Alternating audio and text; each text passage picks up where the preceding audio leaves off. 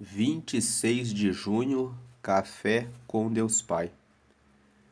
Há um plano para você. Era este menino que eu pedia, e o Senhor concedeu-me o pedido. Por isso, agora, eu o dedico ao Senhor. Por toda a sua vida será dedicado ao Senhor.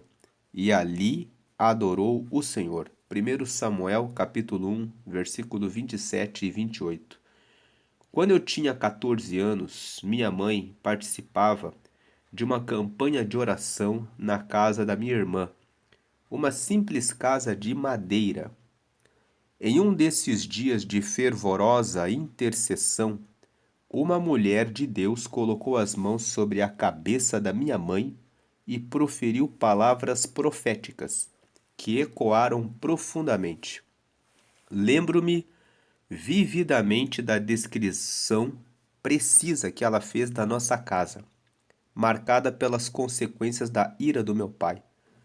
Mas junto com a imagem de desolação, veio a promessa de restauração, de uma nova vida em dobro.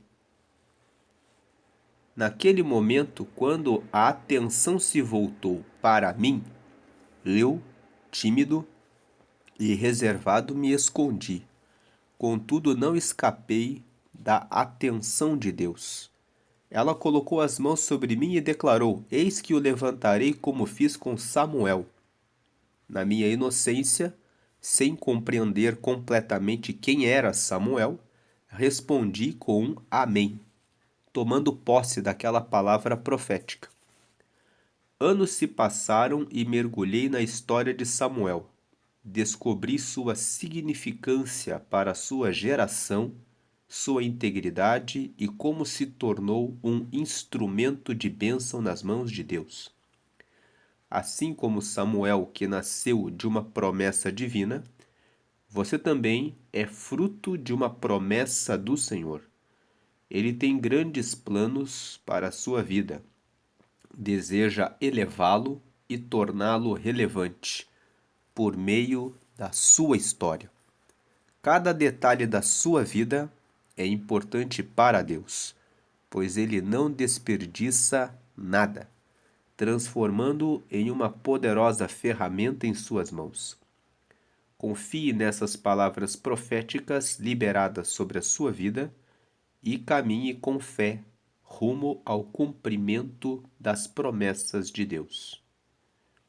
A frase de destaque de hoje é: quando somos sensíveis a Deus, seus planos são claros. Quando somos sensíveis a Deus, seus planos são claros. Hoje é o dia 177, a leitura bíblica de hoje é Esdras 9 e a palavra-chave de hoje é planos. No relato de hoje, nós lemos que há um plano para você. Deus tem um plano certo para a sua vida. Você já descobriu que plano é esse? Você tem caminhado no plano de Deus? Ou você está perdido, está perdida, vivendo nessa terra e se perguntando: o que eu estou fazendo aqui? Esse devocional de hoje traz essa reflexão, esse pensamento: o que eu estou fazendo aqui? No caso desse versículo que nós lemos, de 1 Samuel, capítulo 1, versículo 27 a 28, quando você abre o livro de 1 Samuel, no capítulo 1, você lê a história de Ana. Ana era uma mulher estéril e ela era casada com um homem chamado Eucana. Por ela ser estéril, não podia gerar filhos, ele tomou uma segunda mulher que se chamava Penina e ele teve filhos e filhas com Penina. Mas ele amava muito Ana. Então, todos os anos, eles iam para Siló. Siló era uma cidade onde todo o povo vinha para adorar a Deus. E de ano em ano eles iam até lá. E todas as vezes que ele ia com Ana, com Penina e com os filhos e filhas que ele tinha de Penina, Penina a provocava, dizendo: Você é uma estéril, você não tem valor, você não tem filhos. E aquela mulher ficava sem entender a vida dela. Então, um ano específico, ela decidiu mudar a vida dela. Ela disse: Eu vou fazer um voto com Deus. E ela se dobrou diante de Deus e fez um voto que se Deus desse um filho para ela, ela entregaria esse filho para Deus para que fosse sacerdote. E Deus atendeu o pedido dela. Deus atendeu o voto dela. Nasceu Samuel. Samuel significa Deus ouviu a minha oração. Então ela deu o nome para o filho, Samuel, dizendo: Deus ouviu. E quando Samuel foi desmamado, nós lemos esse versículo. Ela foi até o sacerdote e entregou Samuel para que ele fosse treinado para ser sacerdote, para que ele fosse um homem de Deus. Então, lendo aqui mais uma vez o versículo: Era este menino que eu pedia, e o Senhor concedeu-me o pedido. Por isso, agora, eu o dedico ao Senhor. Por toda a sua vida será dedicado ao Senhor. Ou seja, por toda a vida dele, ele será dedicado ao Senhor. E ali adorou o Senhor. Esse foi o momento em que ela entregou Samuel para o sacerdote, para que ele fosse treinado para ser o futuro sacerdote do povo de Israel. Quando você lê os outros capítulos, a Bíblia conta que Samuel se tornou um profeta de Deus. E a Bíblia fala que nenhuma palavra que saiu da boca dele caiu por terra. Tudo o que ele disse aconteceu. Foi Samuel que ungiu o primeiro rei de Israel, que foi Saul. Foi Samuel que ungiu o rei Davi. Foi Samuel que liderou um tempo em que o povo de Israel teve acesso e relacionamento com Deus. E é sobre isso que o devocional fala hoje. Que Ana era uma mulher que não tinha nenhuma expectativa, nenhuma esperança. Ela tinha uma competidora, uma rival, que tinha raiva dela, porque ela ficava pensando: Penina, ela tinha filhos, tinha filhas, a Bíblia fala que ela tinha filhos e filhas, mas ela percebia que o Eucana, que era o marido dela, sempre ficava cuidando da Ana. Então ela provocava a Ana. E Ana, sendo uma mulher que não podia gerar e vendo a sua competidora todos os anos provocando a sua vida, não tinha mais nenhuma expectativa. Mas ela resolveu falar com o Senhor. Então o Senhor revelou algo novo para ela. Deu para ela um filho e depois, quando você lê 1 Samuel no capítulo 2, lá no versículo 21, está escrito que depois que ela entregou Samuel, ela teve mais 3 filhos e 2 filhas. Uma mulher que era estéril, depois teve mais 3 filhos e mais 2 filhas. Deus não deu apenas Samuel. Ela fez o voto, ela cumpriu o voto e o Senhor deu a ela mais filhos e filhas. Deus honrou ela completamente e o plano de Deus para a vida de uma mulher que era estéril era que ela fosse mãe de filhos. Olha o que diz o texto de Salmo 68, versículo 6. Deus faz que o solitário viva em família, liberta aqueles que estão presos em grilhões, mas os rebeldes habitam em terra seca. Esse Salmo 68, verso 6, mostra como Deus pode mudar o destino de uma pessoa. O texto que nós lemos de 1 Samuel no devocional mostra como Deus mudou a história de uma mulher estéril, trazendo filhos para ela, trazendo alegria para ela. O Salmo 68 fala de outra situação. Fala que Deus faz que o solitário viva em família. Deus pode dar uma família para alguém que nasceu órfão, para alguém que de repente foi abandonado pelos pais e ficou órfão, para alguém que está sem família. Deus pode colocar você dentro de uma família. Ele liberta aqueles que estão presos em grilhões. Ele liberta aqueles que estão presos em vícios, que já não conseguem acreditar em si mesmos, que pensam que não tem saída, aqueles que estão nas cadeias, que estão em um hospital carregando uma doença há muitos anos. Ele liberta da prisão, ele liberta da doença, mas os rebeldes são aqueles que não recebem a palavra de Deus, que não aceitam o que Deus tem como plano para elas. Eles habitam em terra seca. Em outras palavras, eles habitam em situação difícil. Será que você tem sido obediente à voz do Senhor? Ou será que você tem sido rebelde?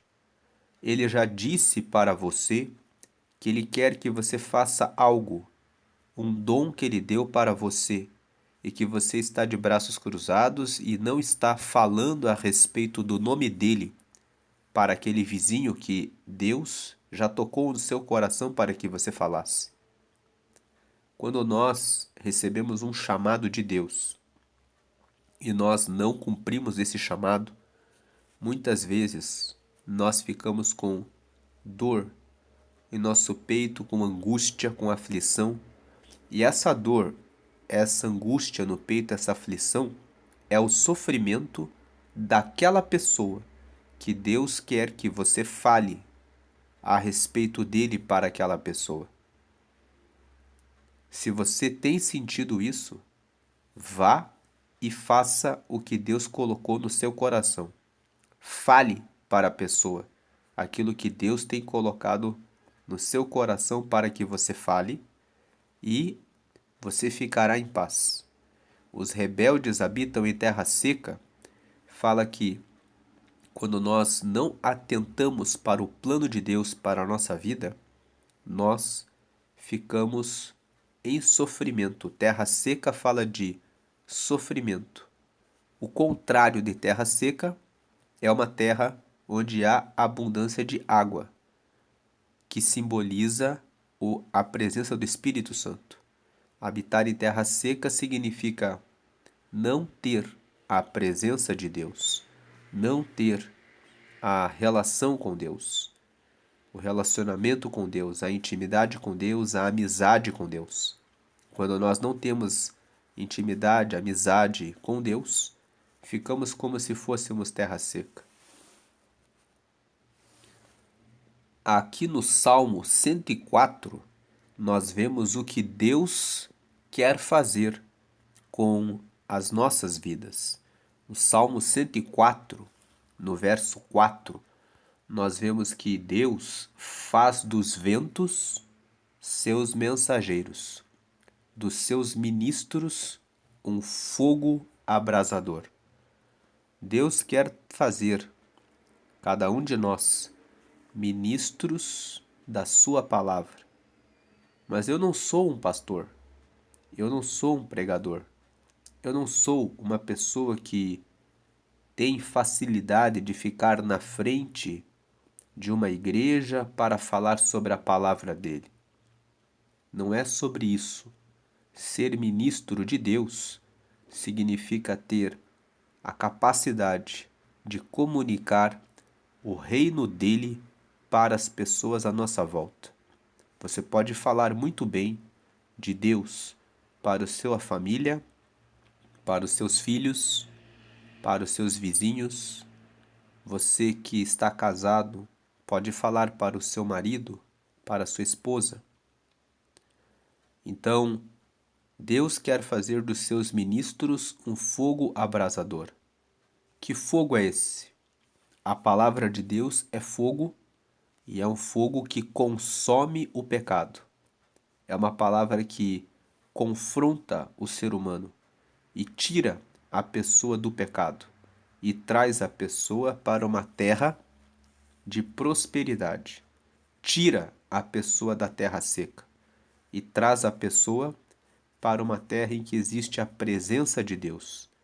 É esse fogo abrasador que consome o mal e que traz vida nova que Deus quer colocar na sua boca. Não importa quantos anos você tenha. Na Bíblia você vê que Deus deu filho a Abraão e a Sara quando eles estavam em idade avançada. A Bíblia fala que Deus levantou Samuel, muito jovem. Ele ainda era uma criança e Deus o levantou como um profeta. E a Bíblia ainda conta da história de Davi, que era um adolescente quando derrotou o gigante Golias. Então, nós temos histórias de pessoas em idade avançada, temos histórias de meninos. Outro menino que foi chamado ainda criança foi Jeremias. Se você abrir a Bíblia em Jeremias capítulo 1, Deus fala para Jeremias assim: Não diga que eu sou apenas uma criança, porque eu porei a minha palavra na sua boca, e tu a falará. Porque Jeremias era ainda um menino quando foi chamado. Samuel também era um menino. Ele também chamou adolescentes. Davi era um adolescente quando derrotou o gigante Golias. Ele também chama mulheres. Nós vemos no livro de Juízes a história de uma mulher que foi Débora. Deus deu a ela a sabedoria para livrar o povo de Israel. Então, não importa o que você tem ou quais os limites que estão diante de você nesse momento. Ana, a própria história de Ana, ela era uma mulher que era estéril, mas ela gerou Samuel, que foi um grande profeta. Então Deus, ele sabe como realizar um trabalho e ele tem um plano na vida de cada um. Como nós lemos ali na história do pastor Júnior Rostirola, que é o autor do Café com Deus Pai, retornando aqui na mensagem, ele disse o quê? Ele contou para nós que quando ele tinha 14 anos, a irmã dele fazia um círculo de oração da família. E um dia, quando ele e a mãe dele estavam ali participando, uma profeta, ou seja, uma pessoa que tem o dom de entregar as palavras de Deus, colocou as mãos sobre a cabeça dele. Ele tinha 14 anos. E veja aqui que ela declarou: Eis que o levantarei como fiz como Samuel. Naquele tempo, o pastor Júnior Rostirola, como ele contou aqui, nem sabia o que isso significava. Ele disse amém. E anos depois ele se tornou um pastor, como Samuel foi um profeta de Deus. Então, a frase de hoje é: quando somos sensíveis a Deus, seus planos são claros. Procure hoje, se você ainda não está no plano de Deus, se tornar sensível à voz de Deus. Mas como que eu posso me tornar sensível à voz de Deus? começando a orar e ter um tempo diário de comunhão, de relacionamento com Deus. Você conhece bem as pessoas da sua família porque você tem relacionamento diário com elas. Você conversa com seu pai, conversa com sua mãe, conversa com seus filhos, conversa com seu esposo, com a sua esposa. Então, se vocês estiverem no meio de uma multidão e uma dessas pessoas gritar o seu nome, você vai ouvir o tom de voz e você já vai saber que é alguém que faz parte da sua família.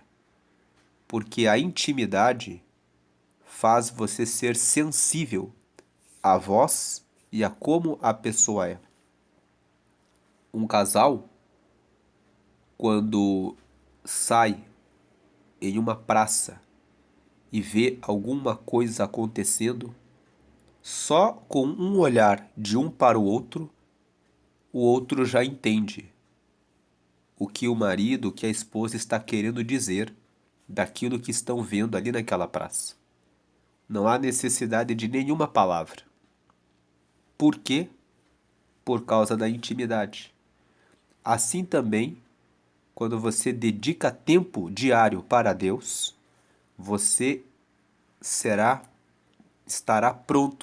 pronta para perceber a voz de Deus.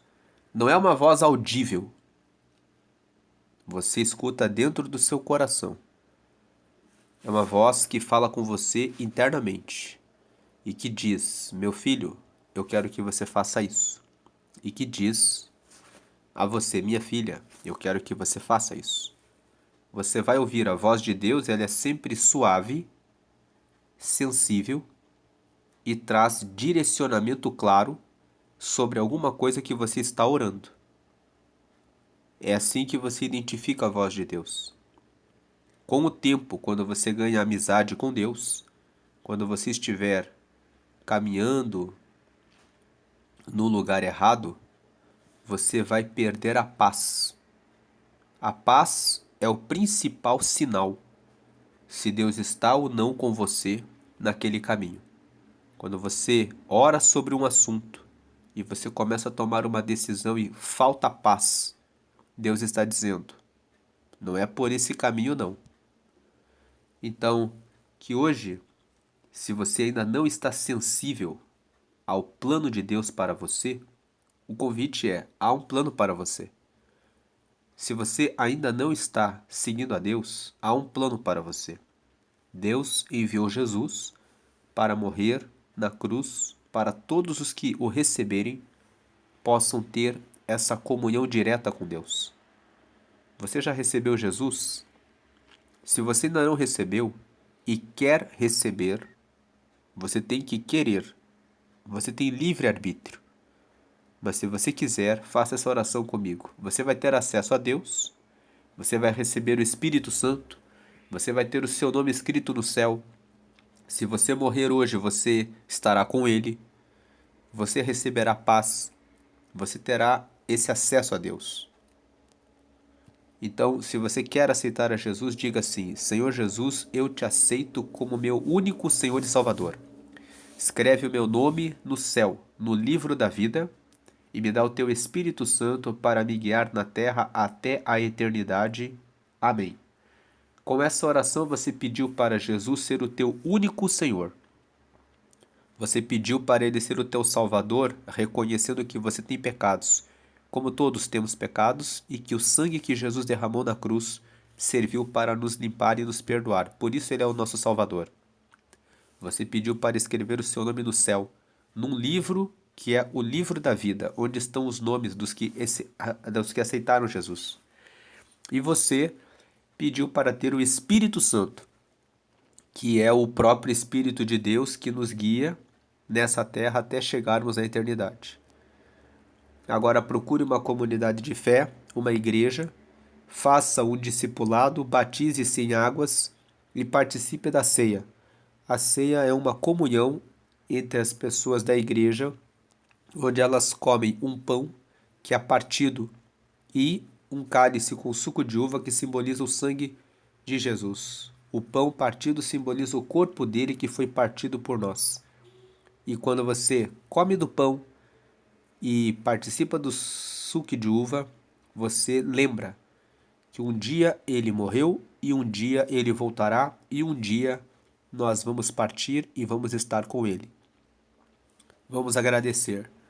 Pai amado, em nome de Jesus, te agradecemos por essa palavra. Pedimos que o Senhor venha mostrar o seu plano na vida daqueles que ainda não conseguiram identificar. Mas uma coisa que o Senhor nos mostra hoje é que há um plano, o plano da sua salvação. Todos os que já receberam Jesus, todos aqueles que já foram batizados, todos aqueles que participam da ceia, que lembram que um dia o Senhor veio e morreu por nós, estão dentro do meu plano, diz o Senhor. Que cada pessoa continue firme nesse plano e que o Senhor revele novos planos para cada um, para cada uma, em nome do Pai, do Filho e do Espírito Santo, planos específicos para os seus filhos e para as suas filhas hoje e sempre, até que cumpram os seus propósitos na terra. Amém.